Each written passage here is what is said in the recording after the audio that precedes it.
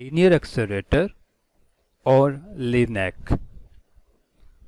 एक linear accelerator ऐसी electrical device है जो कि सब एटॉमिक पार्टिकल्स जैसा कि इलेक्ट्रॉन, प्रोटॉन, न्यूट्रॉन वगैरह को एक्सेलरेट करवा सकती है। लिनैक की बहुत सारी एप्लीकेशंस हैं जिनमें एक्सरेज की प्रोडक्शन हॉस्पिटल्स में और पार्टिकल्स को हाई एनर्जी पर एक्सेलरेट करवाना किसी एक्सपेरिमेंटल पार्टिकल फिजिक्स लेबोरेटरी में। प्रिंसिपल: चार्ज पार्टिकल्स को एक्सेलरेट करवाया जाता है जब उनको अलाउ किया जाता है कि वो पास करें थ्रू सूटेबल पोटेंशियल डिफरेंस के। कंस्ट्रक्शन एंड वर्किंग: एक सीरीज ऑफ मेटल ट्यूब्स जिनको हम ड्रिफ्ट ट्यूब्स कहते हैं उनको वैक्यूम वेसल में रखा गया है और कनेक्ट किया गया है with alternating terminals of a radio frequency oscillator के साथ। हमारे पास हॉलो ड्रिफ्टिंग ट्यूब्स हैं और एक रेडियो फ्रीक्वेंसी ऑसिलेटर से हमने अल्टरनेटिव तरीके से इनको कनेक्ट कर दिया है। हम सपोज करते हैं कि एक पॉजिटिव आयन सोर्स से एक्सेलरेट होगा जब electric field first drift tube की आयन सोर्स से निकलने वाले पॉजिटिव आयन को अट्रैक्ट करेगी। पॉजिटिव आयन इस आयन सोर्स से जैसे ही यहाँ पहुँचेगा तो फर्स्ट ड्रिफ्ट ट्यूब पर पाए जाने वाले नेगेटिव पोटेंशियल की वजह से ये अट्रैक्ट होगा और इस हॉलो ड्रिफ्टिंग ट्यूब के अंदर से गुजर जाएगा। जैसे ये हॉलो ड्रिफ्ट ट्यूब के सेंटर से पास होगा तो उस वक्त इस पर कोई भी इलेक्ट्रिक फील्ड अप्लाई नहीं होगी क्योंकि किसी भी हॉलो बॉडी कंडक्टर की सतह के ऊपर charges inside the body zero होते हैं। ये दूसरे एंड से ये पॉजिटिव आयन एमिट आउट होगा और radio frequency in drifting tubes पर पाए जाने वाले पोटेंशियल को अल्टर कर देगा। मींस ये पॉजिटिव हो जाएगा और सेकंड ड्रिफ्ट ट्यूब पर पोटेंशियल नेगेटिव हो जाएगा। अब ये positive ion due to first positive drift tube यहाँ से इसे रिपल्शन मिलेगी और सेकंड से अट्रैक्शन मिलेगी जिसकी वजह से इसकी वेलोसिटी मज़ीद इंक्रीज कर जाएगी। इसी तरह ऑन रेडियो फ्रीक्वेंसी से आप ड्रिफ्टिंग ट्यूब्स की पर पाए जाने वाले चार्ज को चेंज करते जाएंगे और पॉजिटिव आयन एक्सेलरेट होता जाएगा between the gaps of drifting tubes. Inside the drifting tube ये एक्सेलरेट नहीं होता बल्कि गैप्स में एक्सेलरेट होगा। ऑन ये प्रोसेस चलता रहेगा और पार्टिकल की वेलोसिटी इंक्रीज होती जाएगी। लिनैक एक्सेलरेटर में ड्रिफ्टिंग ट्यूब्स की लेंथ को वेरी किया जाता है। अगर आप ड्रिफ्टिंग ट्यूब्स की लेंथ को चेंज नहीं करेंगे तो phase between the particle position और पोटेंशियल नेक्स्ट ट्यूब में नॉट बी इन स्टेप। मतलब ये कि इस पॉजिटिव आयन की एग्जांपल देखें तो पॉजिटिव आयन जब एक्सेलरेट होते हुए फर्स्ट ड्रिफ्टिंग ट्यूब से एमिट आउट होगा तो इसकी वेलोसिटी पहले से ज़्यादा हो जाएगी। जब ये वेलोसिटी ज़ायद हो गई तो सेकंड ड्रिफ्टिंग ट्यूब अगर सेम लेंथ की होगी तो पॉजिटिव आयन कम टाइम में इसे क्रॉस करके दूसरे एंड पर चला जाएगा, जबकि रेडियो फ्रीक्वेंसी जनरेटर ऑसिलेटर एक ख़ास टाइम पर ड्रिफ्टिंग ट्यूब के वोल्टेजेस या पोटेंशियल को चेंज करता है, तो तब तक ये पोटेंशियल चेंज नहीं होगा। तो जब ये पोटेंशियल चेंज नहीं होगा तो इस पॉजिटिव आयन को आप एक्सेलरेट नहीं कर पाएंगे। सो इस प्रॉब्लम को ओवरकम करने के लिए ड्रिफ्टिंग ट्यूब्स की लेंथ को बढ़ा दिया जाता है, ताकि जैसे जैसे ये पॉजिटिव आयन एक्सेलरेट होता जाए तो इसको सिंक्रोनाइज हम कर सकें with the radio frequency oscillator और next end of the drift tube पर सेम टाइम में अल्टर हो जाए पोटेंशियल ड्रिफ्टिंग ट्यूब्स के ऊपर और पार्टिकल बआसानी एक्सेलरेट होता जाए एंड तक और जाके टारगेट को हिट कर सके।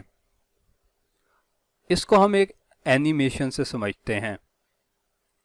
सो इस एनिमेशन में आयन सोर्स और ड्रिफ्टिंग ट्यूब्स के ऊपर दिया गया पोटेंशियल को कलर्स रेड और ग्रीन से शो किया गया है।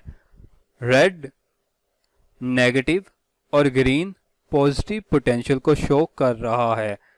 सो जैसे ही आयन सोर्स से आयन एमिट हो रहा है तो रेडियो फ्रीक्वेंसी ऑसिलेटर की मदद से अल्टर हम कर देते हैं पोटेंशियल्स को और ion between these drifting tube gaps accelerate होता जाता है।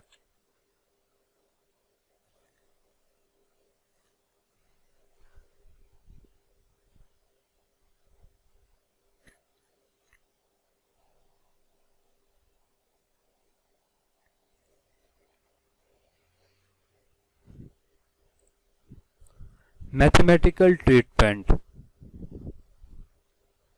अगर आपके पास पॉजिटिव चार्ज और एसी फ्रीक्वेंसी की मदद से इलेक्ट्रोड्स या फिर ड्रिफ्टिंग ट्यूब्स पर आपने एक पीक वोल्टेज पोटेंशियल की वी नोट क्रिएट कर दी, तो हर गैप एन में से गुजरते हुए आयन जो एनर्जी एक्यूमुलेट करेगा वो n q into V naught के बराबर हो जाएगी। इस नतीजे में काइनेटिक एनर्जी भी बढ़ेगी और उसको हम 1/2 mvn स्क्वायर लिखेंगे। इन दोनों इक्वेशंस को इक्वेट कर लेंगे और वेलोसिटी आप निकाल सकते हैं। इस इक्वेशन से हमें यह पता चलता है कि अगर आप पीक वोल्टेज वी नॉट की वैल्यू बढ़ा देते हैं तो इसकी वजह से velocity of the ion particle भी बढ़ जाएगी, और अगर आप नंबर ऑफ गैप्स को बढ़ा देते हैं तब भी वेलोसिटी ऑफ एक्सेलरेटिंग आयन बढ़ाई जा सकती है। बाकी इस इक्वेशन में सब क्वांटिटीज कॉन्स्टेंट्स हैं। अगर फ्रीक्वेंसी ऑसिलेटिंग पोटेंशियल की और टाइम ड्यूरेशन को हम इक्वेट करें, इक्वेशन की फॉर्म में लिखें, तो हाफ टाइम में ऑसिलेटर अल्टर कर देता है पोटेंशियल्स को ड्रिफ्टिंग ट्यूब पे। मीन्स आपने सिर्फ हाफ साइकिल यूज़ किया। जब आपने हाफ साइकिल यूज़ किया तो टाइम भी आप हाफ लेंगे। हाफ टाइम से मुराद ये होगा कि आप जानते हैं कि टाइम और फ्रीक्वेंसी इनवर्स रिलेशनशिप में है। अगर टाइम हाफ होगा तो फ्रीक्वेंसी भी हाफ हो जाएगी। सिमिलरली आप जानते हैं फ्रॉम योर एलिमेंट्री क्लासेस के S बराबर है v t के। यहाँ से टाइम के लिए आप इक्वेशन को इस तरह चेंज करेंगे। चेंज करने के साथ अपने प्रॉब्लम के मुताबिक डिस्टेंस मतलब टोटल सिलेंडर की लेंथ L इंटू n, जबकि उसकी velocity v into n subscript में दोनों आप लिखेंगे। क्योंकि फ्रीक्वेंसी और टाइम आपस में सिंक्रोनाइज होते हैं तो ही आप पार्टिकल को एक्सेलरेट करवा सकते हैं। इसलिए हमने ड्रिफ्टिंग ट्यूब्स की लेंथ को चेंज भी किया था ताकि टाइम टेकन बाय द आइन और फ्रीक्वेंसी ऑसिलेटर आपस में मैच कर जाएं। सो हम इन दोनों इक्वेशंस को सिंक्रोनाइज करने के लिए इस तरह लिख सकते हैं। यहाँ से आप लेंथ को अलग करके वेलोसिटी की इक्वेशन जो आपने अबव यहाँ पे निकाली है इसे रिप्लेस करके एक फाइनल इक्वेशन बना सकते हैं। इस इक्वेशन की मदद से आप linear accelerator based numerical solve out कर सकते हैं।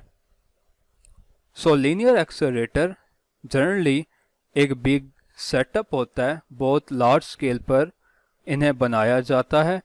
मिसाल के तौर पर एक लिनैक यूएसए में प्रोटॉन को 800 मेगा इलेक्ट्रॉन वोल्ट तक एक्सेलरेट करवाता है और इस सेटअप की टोटल लेंथ 805 मीटर्स है।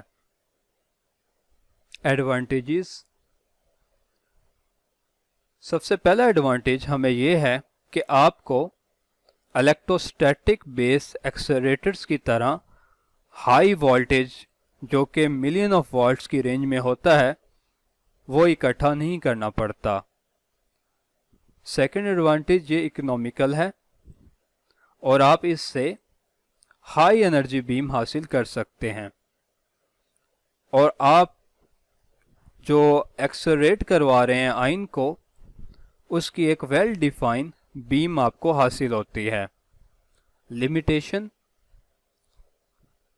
क्योंकि पार्टिकल को एक्सेलरेट करवाने के लिए अगर आपने ज़्यादा एक्सेलरेट करवाना है, ज़्यादा एनर्जी हासिल करनी है तो आपको ड्रिफ्टिंग ट्यूब्स की तादाद बढ़ानी पड़ती है, उससे साइज़ भी बढ़ जाता है जिसकी वजह से इनकन्वीनियंस हो जाती है इसके लॉन्ग साइज की वजह से।